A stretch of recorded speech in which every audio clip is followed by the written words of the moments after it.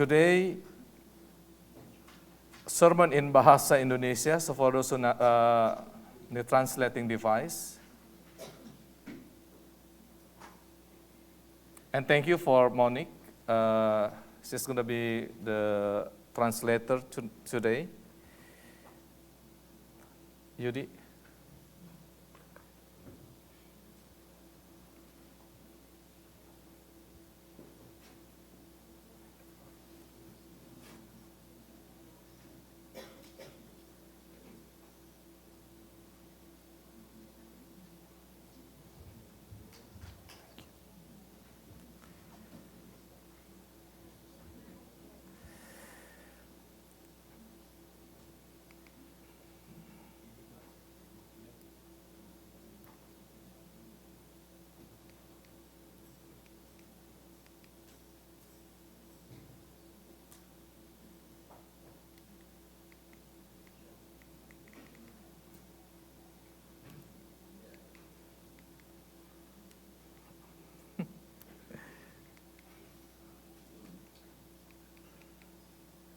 Doesn't work really. Oke, saudara yang dikasihi Tuhan, saya ada gambar ini, saudara. Saudara, itu yang putih itu foto ikan koki yang dibeli Axel, saudara, sebulan lalu. Dia kasih nama Cookie. Biasa sebelum digabung ke akuarium besar, sudah tahu itu ya. Nah, ikan itu dikarantin di akuarium kecil dulu, di akuarium kecil, ada fotonya di sana. Untuk memastikan kalau ia sehat dan tidak membawa penyakit. Tapi saudara, koki putih itu selama seminggu memperlihatkan kondisi tubuh yang parah. Jadi sangat kasihan, saudara.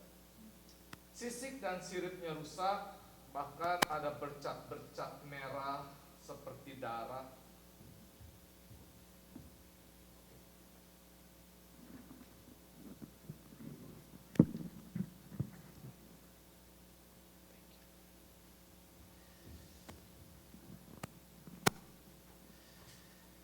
Ya, waktu saya perhatikan, saudara, ikan ini, saya pikir ini bakal mati nih ikan nih. Nggak bakal bertahan karena berenangnya sudah jungkir balik, kiri kanan begitu, saudara. Dan tiap hari Axel dari Austin telepon, gimana Cookie? Dan mamanya Ivani kasih treatment dengan obat-obat yang dianjurkan. Namun kemudian ditemukan masalahnya bukan pada ikan yang kena penyakit, saudara. Tapi karena air di akuarium kecil itu buruk, sekalipun sudah diusahakan untuk diperbaiki dengan berbagai larutan, namun tetap buruk ketika dites. Jadi air inilah yang membuat ikan ini menjadi sakit dan bisa mati kalau dibiarkan di situ. Karena itu, dia dipindah ke tempat lain dengan kualitas air yang sama dengan akuarium yang besar, dan ternyata koki ini makin segar. Hari demi hari luka-lukanya mulai sembuh, sisik dan siripnya mulai putih, dan dia sehat sempurna seperti yang saudara lihat di gambar. Jadi lucu kan kokinya? Nah, dalam hati saudara saya berkata, wah, kualitas air bisa membawa dia pada kematian atau kehidupan. Dan kita harus mengerti mana kualitas air yang benar. Nah, saudara yang dikasihi Tuhan, perikop yang kita baca dan saksikan dalam bentuk dialog tadi memperlihatkan percakapan Yesus dengan perempuan Samaria yang juga berkaitan dengan air yang membawa kehidupan. Air yang dibutuhkan oleh setiap orang jika ingin memperoleh hidup yang kekal. Dan mari kita cermati, saudara, percakapan Yesus dengan perempuan Samaria ini. Siapakah perempuan Samaria ini dan mengapa ia datang menimba air di tengah hari? Dalam percakapan selanjutnya kita akan tahu bahwa ia adalah seorang perempuan yang suka berganti-ganti suami. Bayangkan saudara, dia sudah kawin dengan 5 orang suami dan yang bersama dia sekarang pun bukan suaminya. Tidak disebutkan apakah profesinya sebagai pelacur atau bukan, mengapa dia berganti-ganti pasangan, kita tidak tahu. Namun yang jelas, ia adalah seorang perempuan yang terkucilkan dari lingkungan hidupnya dan membutuhkan pertolongan. Kalau kita pakai ilustrasi di atas tadi, saudara-saudara, perempuan Samaria ini seperti ikan koki yang ada di dalam air yang tidak sehat, yang kalau dibiarkan ia akan semakin parah dan mati. Dia ini datang ke sumur, saudara, pada tengah hari, di saat matahari terik. Mengapa? Karena pada saat itu dipastikan tidak ada lagi perempuan-perempuan lain yang menimba air di sana. Sehingga ia bisa terhindar dari pergunjingan mereka, bahkan mungkin bukan hanya verbal bully, bisa saja terjadi bullying secara fisik. Jadi perempuan Samaria ini, saudara, sengaja datang di tengah hari bolong dengan harapan tidak berjumpa dengan siapapun di sana. Namun tidak disangka, ia bertemu dengan seorang laki-laki Yahudi yang menyuruhnya mengambilkan air dari sumur itu. Tentu ini adalah cara Yesus membuka percakapan dengan seorang perempuan yang bukan hanya terkucil dari masyarakat setempat, namun juga dihindari oleh orang-orang Yahudi. Karena itu, dengan nada heran perempuan ini berkata, "Masakan engkau, seorang Yahudi, minta minum kepadaku, seorang Samaria?" Saudara, ini bukan sebuah penolakan, melainkan suatu kesadaran akan ketidaklayakan dirinya saat berhadapan dengan Yesus, seorang Yahudi. Ia merasa rendah diri, malu dan takut. Saudara, menarik, jawaban Yesus selanjutnya di ayat 10 seakan memberi ketenangan. Bahkan pengharapan yang selama ini dinantikan. Yesus berkata, "Jikalau engkau tahu tentang karunia Allah dan siapa dia yang berbicara atau berkata kepadamu, berilah aku minum. Niscaya engkau telah meminta kepadanya dan ia telah memberikan kepadamu air hidup." Jawaban Yesus sama sekali tidak menunjukkan keangkuhan orang-orang Yahudi pada umumnya ketika berjumpa dengan orang-orang Samaria. Bahkan saya membayangkan begini, saudara. Kalau berada dalam posisi perempuan Samaria itu, maka jawaban Yesus itu begitu lembut dan menyejukkan. Sekaligus membuat penasaran akan pertanyaan lebih lanjut, siapakah orang ini? Dia tidak sombong, penuh kasih, tidak merasa jijik dengan perempuan Samaria yang kehidupannya rusak. Yesus mau menghargai seorang perempuan yang terkucil dari masyarakatnya, bahkan tidak segan meminta air daripadanya. Nah, saudara, dari sini kita belajar tentang bagaimana membuka percakapan saat kita mau memberitakan kabar baik atau menyeberangkan Injil kepada orang yang belum percaya. Saudara, bukalah percakapan dengan sesuatu yang biasa dilakukan setiap hari. Relevan, kontekstual. Tunjukkan bahwa kita peduli, simpati terhadap pergumulan yang dihadapinya.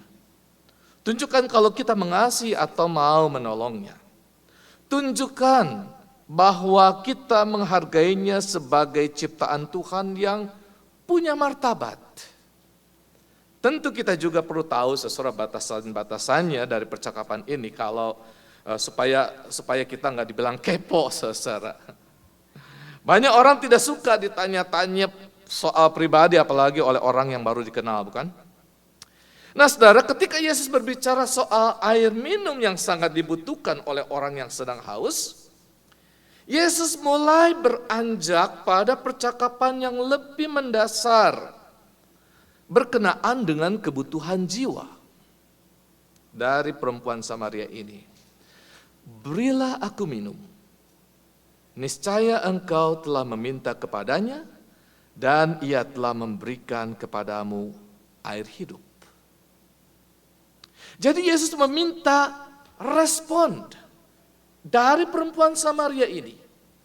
Dalam budaya Yahudi, saudara, memberi air minum kepada orang yang haus itu merupakan bentuk pelayanan yang penting dan sekaligus keterbukaan untuk menerima orang tersebut. Jadi, kasih minum. Sehingga ia tidak akan kehilangan upahnya. Saudara bisa bandingkan dengan Matius 10 ayat 42. Saya akan bacakan saudara Matius 10 ayat 42. Barang siapa memberi air sejuk secangkir saja pun kepada salah seorang yang kecil ini karena ia muridku, aku berkata kepadamu sesungguhnya ia tidak akan kehilangan upahnya daripadanya. Nah menarik saudara, dalam percakapan dengan perempuan Samaria ini, Yesus menjanjikan upah yang sangat dibutuhkannya, yaitu air hidup. Tentu pertanyaan Yesus tidak akan segera dipahami olehnya, bukan? Karena perempuan Samaria ini berkata di ayat 11-12, Tuhan, engkau tidak punya timba dan sumur ini amat dalam, dari manakah engkau memperoleh air hidup itu? Adakah engkau lebih besar daripada bapa kami Yakub yang memberikan sumur ini kepada kami dan telah minum sendiri dari dalamnya, ia serta anak-anaknya dan ternaknya. Jelas saudara, konsep air yang dinyatakan Yesus ini berbeda dengan apa yang dipahami perempuan Samaria ini. Yesus berbicara tentang air hidup dalam perspektif rohani, sedangkan perempuan Samaria ini masih berpikir air secara materi, yaitu air sumur yang selama ini telah memberi kehidupan bagi Yakub, anak-anaknya, serta ternaknya. Karena itu saudara, Yesus menjawab, barang siapa minum air ini, ia akan haus lagi.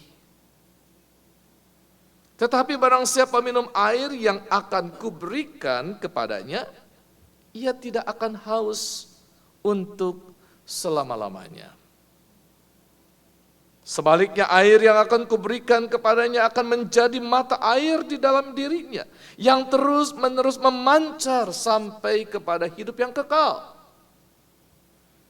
Perkataan Yesus ini sudah memperlihatkan otoritas yang luar biasa, karena ia mulai berbicara tentang hal yang bersifat kekal. Dialah Sang Firman yang mendatangkan kehidupan. Tentu ini selain menarik juga menjawab kebutuhan perempuan Samaria ini. Ia pun mulai terbuka hatinya. Ia menyadari bahwa sesungguhnya dirinya adalah seorang berdosa dan membutuhkan pelepasan. Dan perhatikan selanjutnya kata perempuan itu, saudara, kepadanya, Tuhan, berikanlah aku air itu supaya aku tidak haus dan tidak usah lagi datang ke sini untuk menimba air. Setelah di dalam kesederhanaannya, perempuan Samaria ini masih berpikir tentang air dalam konsep materi. Motivasi untuk memperoleh air hidup yang terus memancar pun hanya sekedar untuk melarikan diri dari rutinitas keseharian menimba air, atau supaya ia dapat menghindari perempuan-perempuan lain yang memperguncingkan dirinya. Namun Yesus, saudara, di ayat 16-18 mulai membuka percakapan yang bersifat esensial. Menyangkut dosanya yang perlu segera didamaikan, baik dengan Allah, dengan dirinya sendiri, dan dengan lingkungannya. Yesus mulai menanyakan mengenai perihal suami perempuan Samaria. Yesus bertanya tentang persoalan yang membuat perempuan Samaria ini terkucil dari dirinya, lingkungan hidupnya, bahkan dengan Tuhan. Tujuannya saudara tidak lain supaya ia tidak lagi melarikan diri, bahkan dapat dipakai untuk memberitakan kabar sukacita. Dan yang luar biasa, kita perlu belajar dari perempuan Samaria ini, saudara. Ketika aibnya terbuka, ia tidak marah maupun kecewa. Ia juga tidak melarikan diri dari kenyataan. Malahan sebaliknya, hatinya semakin terbuka terhadap Yesus. Bahkan semakin nyata kelemahan dan dosanya justru membawa dia pada suatu pengakuan bahwa Yesus bukan sekedar manusia biasa yang bisa haus dan lelah physically seperti pada umumnya, melainkan ia seorang nabi. Saudara yang dikasihi Tuhan, dalam percakapan selanjutnya maka terjadi pembicaraan yang semakin esensial berkenaan dengan hakikat manusia dalam relasinya dengan Allah. Perempuan Samaria mengatakan bahwa nenek moyangnya menyembah di gunung ini. Tidak jelas saudara menyembah siapa. Karena kita tahu bahwa sejak di perjanjian lama ada banyak bukit-bukit pengorbanan yang ditujukan kepada berhala. Namun juga ada kota-kota Lewi di mana orang bisa datang membawa persembahan kepada Yahweh. Perempuan ini juga mempertegas bahwa menurut kaum Yahudi, maka Yerusalemlah tempat orang menyembah. Karena di sanalah terdapat bait Allah. Nah, saudara yang dikasihi Tuhan, pada tahap ini, Yesus mengajarkan tentang sesuatu yang sangat esensial bagi hidup manusia. Menjawab persoalan esensial berkenaan dengan penyembahan kepada Allah Bapa. Dan herannya saudara, pengajaran yang luar biasa ini justru disampaikan bukan dalam setting ketika Yesus bersama murid-muridnya, melainkan ketika ia bersama dengan seorang perempuan Samaria. Padahal ini pengajaran yang penting kan? Yang sungguh dianggap berdosa, perempuan Samaria ini yang sangat membutuhkan restorasi dan rekonsiliasi. Dan tentu ini menjawab kebutuhan esensial dari setiap orang. Karena semua orang telah berbuat dosa dan kehilangan kemuliaan Allah. Perempuan Samaria itu mewakili diri kita sebagai manusia yang betul-betul berdosa dan terasing dari Tuhan. Yesus berkata di ayat 21 sampai 23. Percayalah kepadaku, hai perempuan, saatnya akan tiba bahwa kamu akan menyembah Bapa bukan di gunung ini dan bukan juga di Yerusalem. Kamu menyembah apa yang tidak kamu kenal, kami menyembah apa yang kami kenal. Sebab keselamatan datang dari bangsa Yahudi. Tetapi saatnya akan datang dan sudah tiba sekarang, bahwa penyembah-penyembah benar akan menyembah Bapa dalam roh dan kebenaran, sebab Bapa menghendaki penyembah-penyembah demikian. Nah, saudara, pengajaran Yesus kepada perempuan Samaria ini sungguh luar biasa. Perhatikan beberapa hal, saudara, dalam 3 ayat ini, 21 sampai 23 ini, saudara. Pertama, Yesus menyuruh perempuan itu percaya kepadanya. Ya, ini menunjukkan bahwa apa yang hendak ia nyatakan adalah suatu kebenaran. Karena ia memiliki relasi yang sangat dekat dengan sumber pengetahuan itu sendiri. Pengetahuan sorgawi. Dan ini menegaskan kepada kita juga, saudara, agar kita tidak ragu dengan apa yang Yesus nyatakan. Minggu lalu kita telah belajar Jesus becomes greater. Alasannya saudara karena ia berasal dari sorga. Sehingga firman dan pengetahuannya berasal dari sorga.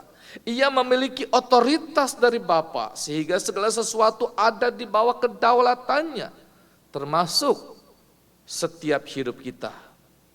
Karena itu perkataannya layak untuk diaminkan dan diimani saudara. Nah yang kedua saudara,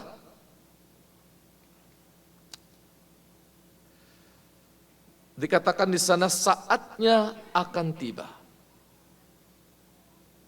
Dan ini menunjuk saudara, merujuk kepada apa yang dinubuatkan para nabi yang dinantikan oleh nenek moyangnya. Bahkan yang selama ini dirindukan oleh perempuan Samaria yang tidak pernah sekalipun dalam hidupnya memasuki bait Allah di Yerusalem. Namun akan tiba saatnya ia pun dapat menyembah Tuhan yang benar. Bahkan di ayat 23 Yesus menegaskan bahwa saatnya sudah tiba sekarang. The hour is coming and now is. Saat ini juga ketika perempuan Samaria ini mendengarnya dari Yesus. Jadi itu mau menegaskan saat ini juga. Yang ketiga saudara, kamu akan menyembah Bapa. Ini luar biasa. Karena Yesus menunjuk langsung kepada perempuan Samaria ini bahwa kamu akan menyembah Bapa. Di sini Yesus mendekatkan relasi Allah yang begitu kudus dan sempurna menjadi relasi kasih antara anak dan Bapa yang begitu intim dan akrab. Yang mungkin selama ini tidak pernah dirasakan oleh perempuan Samaria ini. Relasi yang demikianlah yang harus kita rasakan saudara-saudara sebagai orang-orang percaya. Karena di dalam dia, saudara dan saya diberi hak untuk menjadi anak-anak Allah dan menyebut dia sebagai ya Aba, ya Bapa. Yang keempat saudara, bukan di gunung ini dan juga bukan di Yerusalem. Ini menunjukkan hakikat Yahweh, Sang Bapa yang penuh kasih yang tidak dibatasi oleh ruang dan waktu. Bukan di tempat tinggi seperti di gunung ataupun bangunan suci seperti Bait Allah di Yerusalem. Dan ini membuka peluang bagi perempuan Samaria yang tersisihkan itu untuk bisa menyembah Bapa dalam relasi kasih yang sangat indah.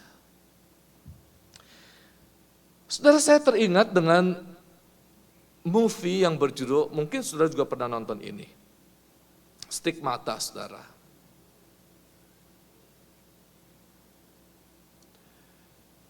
Kisah seorang wanita yang secara manusiawi tidak menunjukkan kehidupan rohani yang baik, namun ternyata ia mengalami 7 stigma penderitaan Yesus disalib. Namun yang menarik, dalam keadaan trans, ia menulis di dinding huruf-huruf dalam bahasa Aram yang memberi pesan begini, saudara. Hancurkan tembok-tembok, maka engkau akan menemukan kerajaan Allah. Pesan ini dipahami bahwa untuk menemukan kerajaan Allah, justru kita tidak boleh dibatasi oleh tembok-tembok gereja ataupun denominasi. Kerajaan Allah bisa dirasakan di mana saja dan kapan saja selagi kita membiarkan Dia bertahta di setiap hati kita. Itulah kerajaan Allah. Yang kelima, saudara, di ayat 22 Yesus mengatakan, kamu menyembah apa yang tidak kamu kenal. Kami menyembah apa yang kami kenal. Sebab keselamatan datang dari bangsa Yahudi. Di sini Yesus menyatakan relasi yang sangat dekat dengan Bapa Sorgawi, sekaligus mengingatkan perempuan Samaria ini tentang Yakub, bapa leluhurnya yang telah memberikan sumur yang sekalipun meminum air darinya, tetap akan haus lagi. Sedangkan air hidup yang memberi keselamatan datang dari anak Yakub, keturunan Yehuda, yaitu yang berasal dari bangsa Yahudi. Tentu ini menunjuk pada diri Yesus sendiri sebagai seorang Yahudi sejati, Mesias, anak Daud, yang kelak akan menyatakan, yang nanti dinyatakan di ayat 26, saudara, di mana pokok renungan kita hari ini, penyembah-penyembah benar akan menyembah Bapa dalam roh dan kebenaran. Saudara, penyembah-penyembah yang demikian yang dikehendaki Bapa di sorga. Di ayat 24 secara singkat, Tuhan Yesus memberikan alasannya demikian. Allah itu roh, dan barang siapa menyembah Dia harus menyembahnya dalam roh dan kebenaran. Tentu saudara, ini menjadi pertanyaan kita semua, bukan? Bagaimana sih menyembah Bapa dalam roh dan kebenaran itu? Contohnya seperti apa?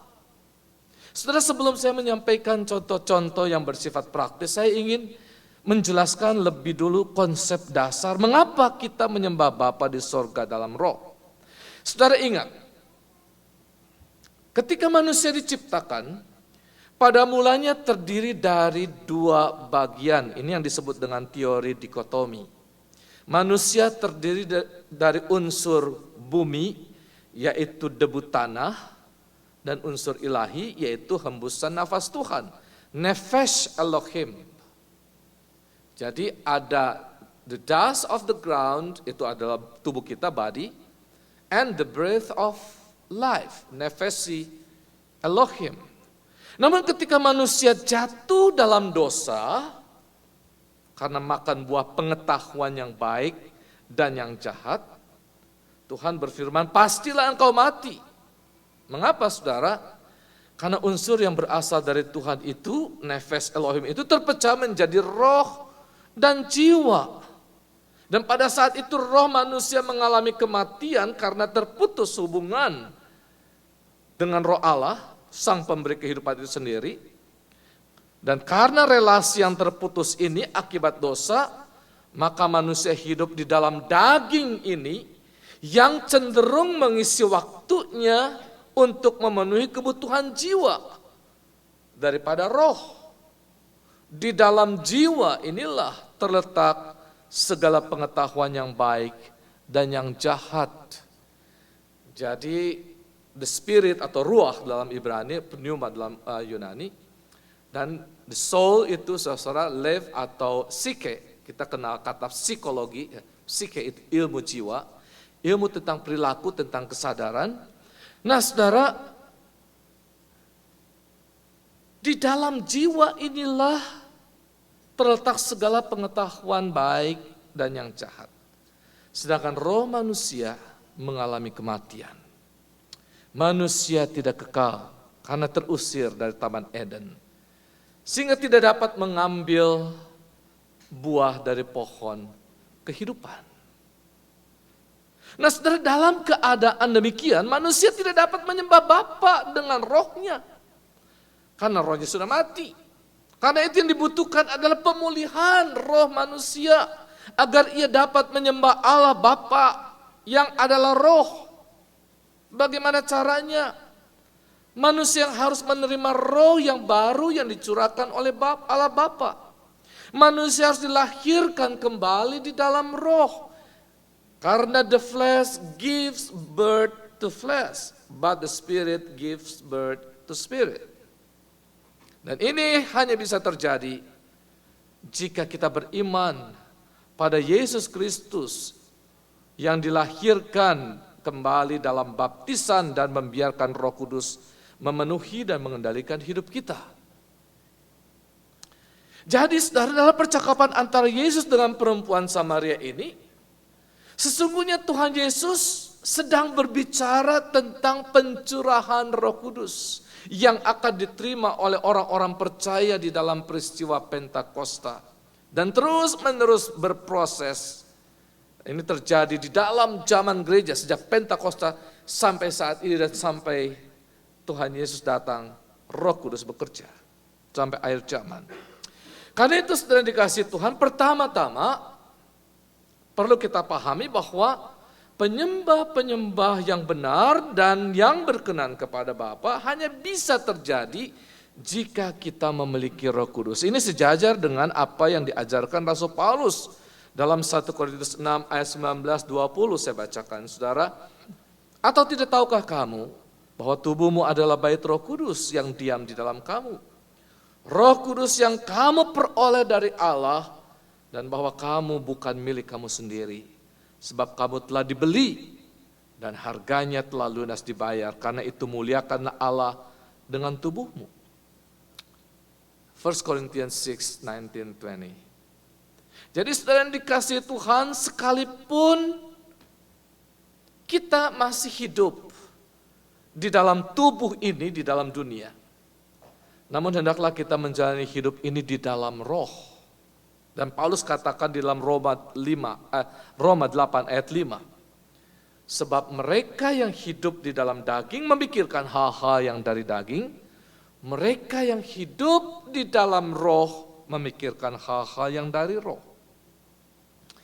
Jadi saudara, pada poin pertama ini, Tuhan Yesus mengajarkan kepada kita bagaimana sih menyembah Allah Bapa di dalam roh, yaitu dengan dilahirkan kembali di dalam roh, agar kita dimampukan untuk selalu memikirkan hal-hal yang dari roh. Kalau pikiran kita dikuasai oleh Roh Kudus, yang kita membiarkan ia bertata di dalam hidup kita, maka kita pun akan dimampukan untuk berbuah roh. Galatia 5 ayat 22-23. Jadi saudara, jangan berpikir bahwa kita menyembah Bapa itu hanya pada saat kalau kita berada di gereja, mengikuti ibadah. Bukan itu saudara. Penyembahan itu harus nyata dalam keseharian hidup kita, sekalipun sehingga seluruh hidup kita ini menjadi persembahan yang hidup dan ibadah yang sejati. Jadi kalau saudara-saudara datang ke gereja, saudara-saudara, jangan karena pengen ngumpul-ngumpul sama teman aja, saudara. Sekalipun fellowship itu memang penting, tapi yang terpenting adalah bersekutu dengan Tuhan dan mengalami pembaharuan hidup. Ngumpul bersama saudara seiman, tujuannya saudara-saudara adalah saling menguatkan dan membangun ikatan persaudaraan di dalam Kristus, bukan ngegosip atau menjelek-jelekan orang, saudara. Dan hanya mengumbar komplain tanpa mau turun tangan memberikan solusi. Jangan, saudara. Anak-anak Allah yang sejati akan hidup di dalam roh dan tidak membiarkan kedagingan menguasai hati dan pikirannya. Karena itu kalau sedang ngumpul-ngumpul, saudara-saudara, hindarilah perseteruan, perasaan iri hati, amarah, hati dengki, kepentingan diri sendiri atau selfish, saudara-saudara. Keinginan untuk selalu ingin pesta pora melulu, saudara-saudara, sehingga tidak bisa menahan diri dan sebagainya.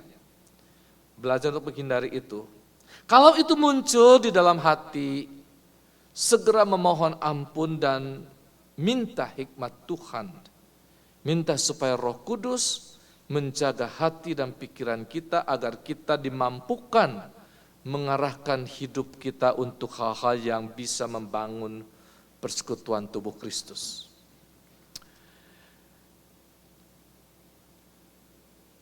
Nah saudara yang dikasihi Tuhan, karena roh itu tidak dibatasi oleh ruang dan waktu, maka kita bisa menyembah Bapa Sorgawi kapanpun dan dimanapun. Tentu ini merupakan berita sukacita saudara buat perempuan Samaria yang selama ini tidak bisa menyembah Tuhan di kota-kota Lewi yang ada di wilayah Samaria karena ia tidak takut berjumpa dengan masyarakat, apalagi menyembah Tuhan di Yerusalem, di Bait Allah, tentu itu sesuatu yang mustahil. Tapi pemberitaan Tuhan Yesus justru memberi pengharapan baru, karena ia dan kita sekalian, saudara, bisa menyembah Bapa di sorga kapanpun dan dimanapun. Di rumah dengan keluarga, di ruang Zoom, pagi dan malam, di saat lunch bersama dengan rekan kerja. Nanti diharapkan juga di kapal krus, saudara. Tetap menyembah bersama saudara seiman.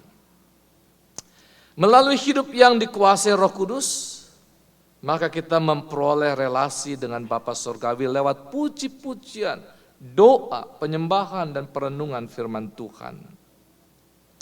Dan poin yang kedua, saudara. Poin yang kedua ini, penyembah-penyembah yang benar yang berkenan kepada Bapa, jikalau kita mengarahkan hidup kita ini pada kebenaran. Kalau pada poin pertama fokusnya pada penyembahan di dalam roh, sehingga dapat dilakukan kapanpun dan dimanapun, jadi fokusnya kepada peran Roh Kudus dalam proses sanctification. Namun di poin kedua ini fokusnya pada peran Yesus dalam proses justification, yaitu pembenaran orang-orang berdosa melalui karya penebusannya di kayu salib. Dialah jalan, kebenaran, dan hidup. Tidak ada seorang pun yang sampai kepada Bapa tanpa melalui aku. Jadi saudara, untuk menjadi penyembah-penyembah yang benar, yang berkenan kepada Bapa, jika kita telah mengalami proses penebusan di dalam Yesus Kristus, sehingga kita dibenarkan di hadapan Bapa, kita berada di dalam naungan Kristus, dosa-dosa kita dihapuskan sehingga kita menyembah kepada Bapa melalui Yesus Kristus. Imam besar agung yang telah membawa dirinya menjadi korban yang sempurna sekali untuk selama-lamanya bagi setiap orang yang menerima dia. Namun saudara yang dikasihi Tuhan, poin kedua ini pun selain dipahami secara konseptual teologis, sesungguhnya merupakan kontra terhadap tuntutan para imam di Bait Allah. Orang-orang Farisi dan ahli-ahli Taurat yang secara praktikal, saudara, seakan menyembah Allah dengan yang benar itu harus di Yerusalem, dengan menaati ritual-ritual pengorbanan yang telah ditetapkan menurut hukum Taurat dan dilakukan menurut hari-hari perayaan tertentu. Saudara, beberapa hari ini kita telah membaca kitab Imamat Leviticus, saudara. Di sana kita membaca aturan-aturan korban yang dilakukan oleh para imam dan umat yang datang membawa korban persembahan ke tabernakel, kemah suci. Semua ketetapan yang kita baca itu begitu rumit, bukan? Dan ini hendak mengajarkan sebetulnya kepada kita kesetiaan dan ketaatan umat kepada Yahweh dalam rangka membangun kehidupan yang kudus di hadapannya. Jadi saudara, semua ketetapan yang dilakukan di tabernakel ini sebetulnya bertujuan untuk melatih umat bagaimana hidup kudus dan berkenan kepada Tuhan, yang seharusnya berdampak dalam kehidupan setiap hari. Namun yang terpenting adalah bukan latihannya seseorang, melainkan pelaksanaan kehidupan sehari-hari. Saudara, 2 minggu lalu di BATP, baca Alkitab tiap pagi, kita membaca Matius 12.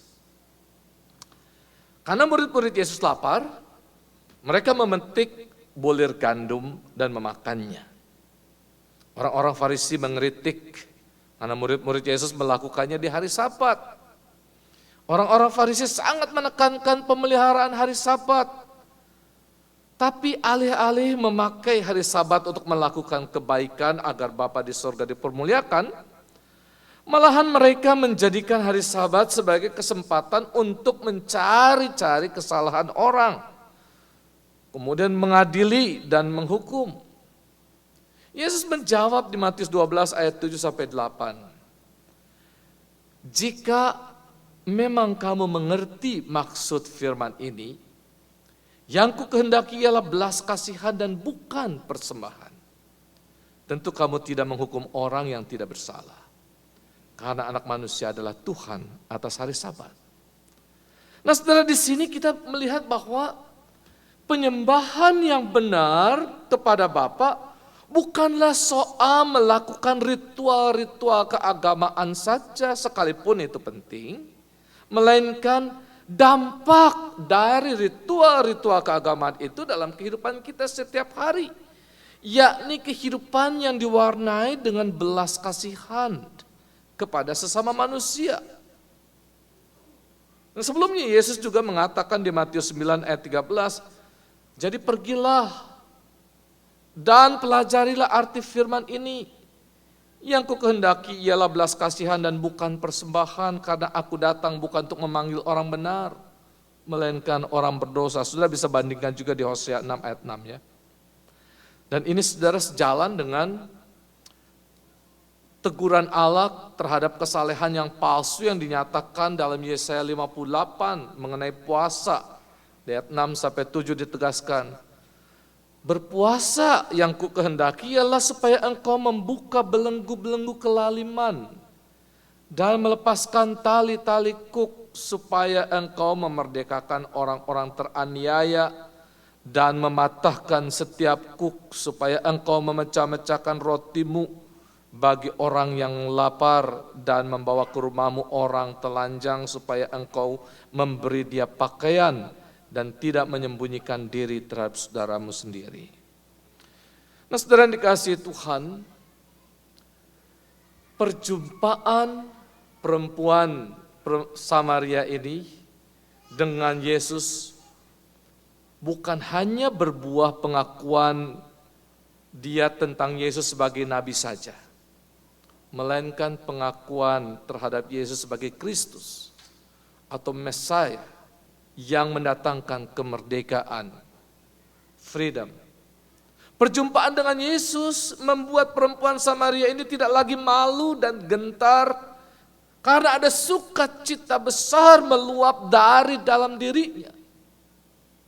Sengaja ia meninggalkan tempayannya di pinggir sumur, lantas pergi ke kota membawa berita sukacita, dan di ayat 29 dia berkata, mari lihat, di sana ada seorang yang mengatakan kepadaku segala sesuatu yang telah kuperbuat.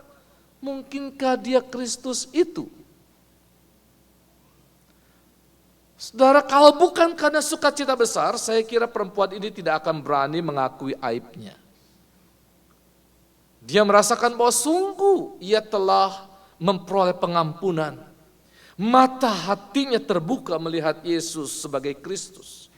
Hatinya meluap dengan syukur dan memberitakan kabar ini kepada orang-orang di kota yang mungkin selama ini telah mencibir dan mengucilkannya. Yang ada dalam hatinya, saya ingin sukacita besar ini juga dialami oleh orang-orang Samaria yang ada di kota. Dan buah pemberitaannya menjadi nyata.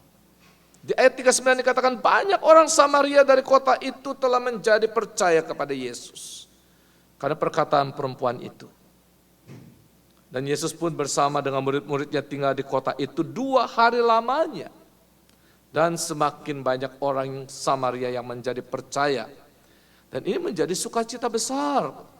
Seakan saudara tembok-tembok primordialisme yang telah memisahkan dan mengisolasi orang-orang Samaria itu kini diruntuhkan. Belas kasihan dan anugerah sorgawi kini bisa dirasakan oleh orang-orang di Samaria, bahkan sampai kepada kita sekalian.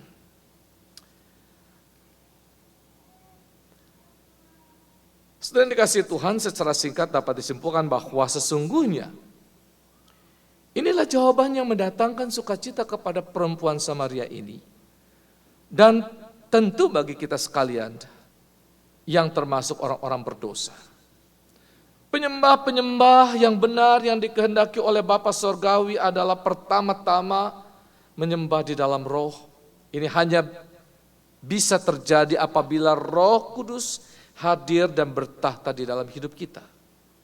Yang kedua, saudara, adalah apabila kita menyembahnya dalam kebenaran. Dan ini hanya bisa terjadi apabila kita sebagai orang-orang berdosa ini mengalami penebusan dan pengampunan di dalam Yesus Kristus, Anak Tunggal Allah yang diutus ke dunia untuk menebus dosa. Perjumpaan dengan Yesus Kristus adalah momen yang sangat indah, saudara. Karena daripadanya lah terbuka jalan keselamatan. Karena di dalam Dialah kita memperoleh jalan pembenaran yang terus-menerus diperbaharui di dalam Kristus melalui kuasa Roh Kudus. Agar kita dapat hidup kudus dan memuliakan Bapa di sorga lewat perubahan karakter yang ditunjukkan dalam buah roh, kasih, sukacita, damai sejahtera, kesabaran, kemurahan, kebaikan, kesetiaan, kelemah lembutan, dan penguasaan diri. Nah, saudara, aplikasi dalam hal cara kita beribadah, saudara, kepada Allah Bapa di sorga. Ketika kita beribadah di gereja, saudara, baiklah kita memuji Tuhan, sungguh-sungguh bukan sekedar kehadiran kita secara lahiriah saja, melainkan roh dan jiwa kita sungguh datang untuk memuji dan menyembah Tuhan. Saudara, percayalah bahwa Roh Kudus ada dalam hidup saudara. Sehingga ketika kita beribadah, saudara, sampaikanlah pujian dan penyembahan saudara dengan sepenuh hati saudara. Karena sukacita Roh Kudus meluap di hatimu. Yang ketiga, saudara, ketika saudara bernyanyi, berdoa, merenungkan firman Tuhan, arahkanlah hati dan pikiran kita sepenuhnya kepada Dia yang telah menebus kita. Fokuskan diri kita hanya untuk memuliakan Bapa di sorga. Sekalipun, saudara, banyak hal-hal yang bisa menggoda kita. Sehingga mengalihkan diri kita pada hal-hal yang lain. Seperti urusan dapur, relasi yang kurang harmonis, pelayanan yang kadang kurang siap. Mestinya latihan jam 1:30, latihan di sini, ini 5 menit sebelum mulai baru datang. Ini bukan cara untuk memuliakan Tuhan, saudara. Tidak siap. Atau device tidak berfungsi dengan baik. Semua itu jangan menjadi alasan bagi kita untuk tidak menyembah Tuhan. Tetapi baiklah kita belajar memperbaiki dan belajar untuk bisa menyembah Bapa Sorgawi dengan segenap roh dan jiwa kita. Penyembahan yang keempat kepada Bapa Sorgawi tidak berhenti hanya di ruang gereja saja, melainkan harus berdampak terhadap pembaharuan pikiran dan perubahan karakter. Tentu, saudara, transformasi diri baru terjadi kalau kita berkomitmen untuk mau diproses, dibaharui di dalam Tuhan. Dengan demikian kita akan menyembah Bapa Sorgawi di dalam kebenaran, yakni dengan mempraktekkan kehidupan sebagai orang benar dalam perkataan dan tindakan kita sehari-hari, baik di rumah maupun di tempat kerja. Kiranya Tuhan menolong saudara. Amin.